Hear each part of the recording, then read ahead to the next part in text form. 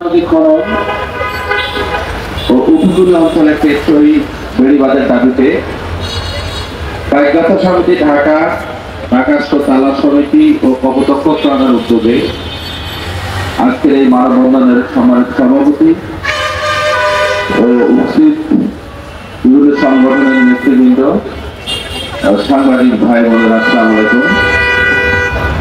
আপনারা জানেন গাছা উপজেলা খুলনা জেলা থেকে প্রায় 70 কিলোমিটার দূরে অবস্থিত। এটা উপকূলবর্তী একটা উপজেলা।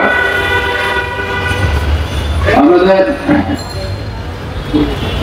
গাছা শহরটা একটা পৌরসভা, যেটা 1997 সালে প্রতিষ্ঠিত হয়। এই শিবচর আমাদের পৌরসভার চারিপাশে শিক্ষা নদী। এই শিক্ষা নদী ভরাটের কারণে এই প্রতি বছর আমরা জলাবদ্ধতার শিকার হচ্ছি।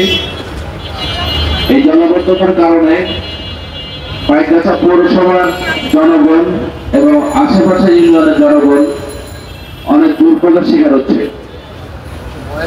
আমরা বারবার এই নদী খননের কথা বলে আসছি। আজকে আমরা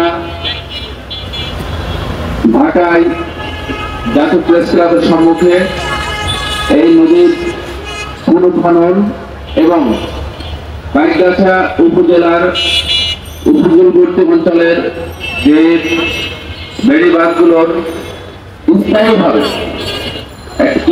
বেড়িবাঁধের দাবিতে, কারণ প্রতি বছর বন্যা, জলোচ্ছ্বাস, এই নদীতে একটু পানি বাড়লেই উপকূলবর্তী অঞ্চলে গ্রামগুলো প্লাবিত হয়ে যায়।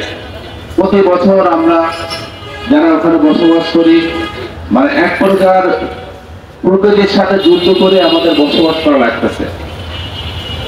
আমরা চাই সরকারের দায়িত্বপ্রাপ্ত ডিপার্টমেন্টগুলো, মন্ত্রণালয়গুলো যারা আছেন, আপনারা এই সমস্যার সমাধানের জন্য আপনারা এগিয়ে আসবেন।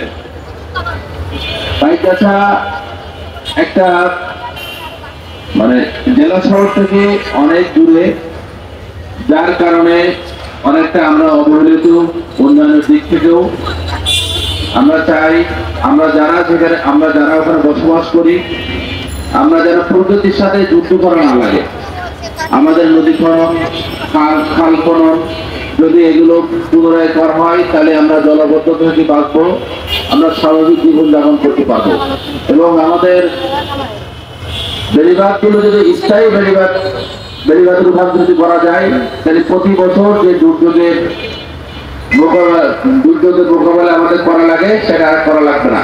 পানি উন্নয়ন বোর্ড, আপনারা নৌ পরিবহন মন্ত্রণালয়, পানি সম্পদ মন্ত্রণালয়, যার যেখানে যে কাজ করার কথা, আপনাদের নদী খনন এবং স্থায়ী বেড়িবাঁধের জন্য যে যে ব্যবস্থা নেওয়া দরকার, আপনারা সেই ব্যবস্থা নেবেন, এই আশাবাদ ব্যক্ত করে শেষ করছি। আসসালামু আলাইকুম।